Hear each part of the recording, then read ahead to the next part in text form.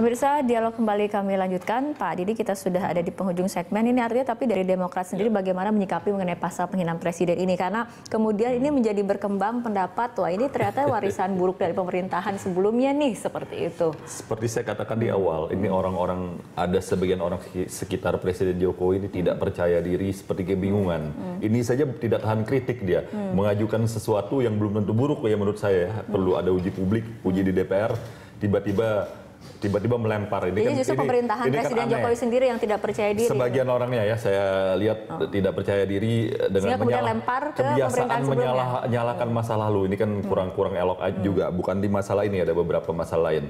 Saya kira kalau ide ini baik, mari kita uji di DPR. Ini kan lebih fair, biar masyarakat luas bagaimana menilainya. Nanti bisa dilanjutkan. Artinya sepertinya bola panas sekarang ada di DPR, seperti itu. Bisa dilanjut di DPR.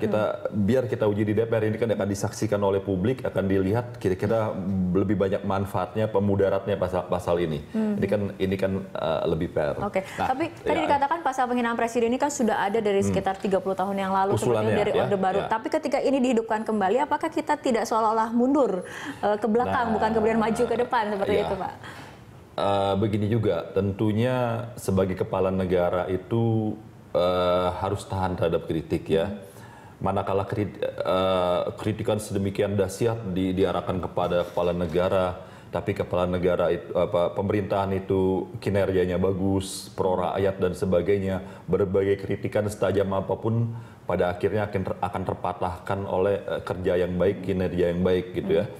Jangan sampai kita dilindungi oleh pasal-pasal yang sedemikian rupa, tapi di satu sisi penegakan hukum itu tumpul, atau misalnya keadaan ekonomi tidak baik, ini akan menambah bahwa wah benar ternyata kritikan ini. Jadi saya kira seorang presiden harus tahan kritik sejauh, kecuali kalau sudah keterlaluan ya, sudah terlaluan merendahkan martabat, meludahi foto presiden misalnya di hadapan umum, membakar dan sebagainya, ya ini tidak pantas juga. Tapi kalau kritikan-kritikan yang tajam, pahit, keras, saya kira bukan saja saya kira di zaman Pak SBY 10 tahun itu sangat biasa. Kalau pada tahun 2012 SBY sendiri yang mengusulkan adanya pasal penghinaan presiden, ya, ini bukan terkesan anti kritik ya? Usulan 30 tahun yang lalu, sudah 30 tahun yang lalu yang masih perlu perdebatan panjang saya kira ya. Nanti kan setelah di DPR dibahas akan lebih jelas lagi. Yang pasti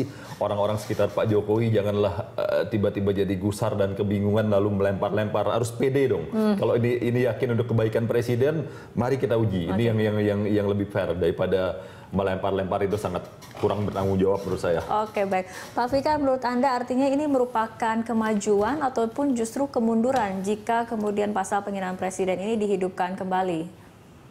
Oke. Satu ya, soal keberatan Pak Didi terhadap 30 atau 10 tahun yang lalu zaman SBY diajukan, itu saya nggak mau masuk ke ranah itulah, itu ranah persaingan antar partai politik itu ya, menunggu 2000 berapa nanti gitu ya.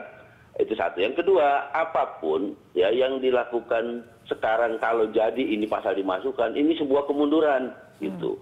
Kan seperti saya katakan tadi, kriteria pencemaran nama baik itu adalah privat gitu, pribadi gitu, sehingga 310 aja membatasi gitu.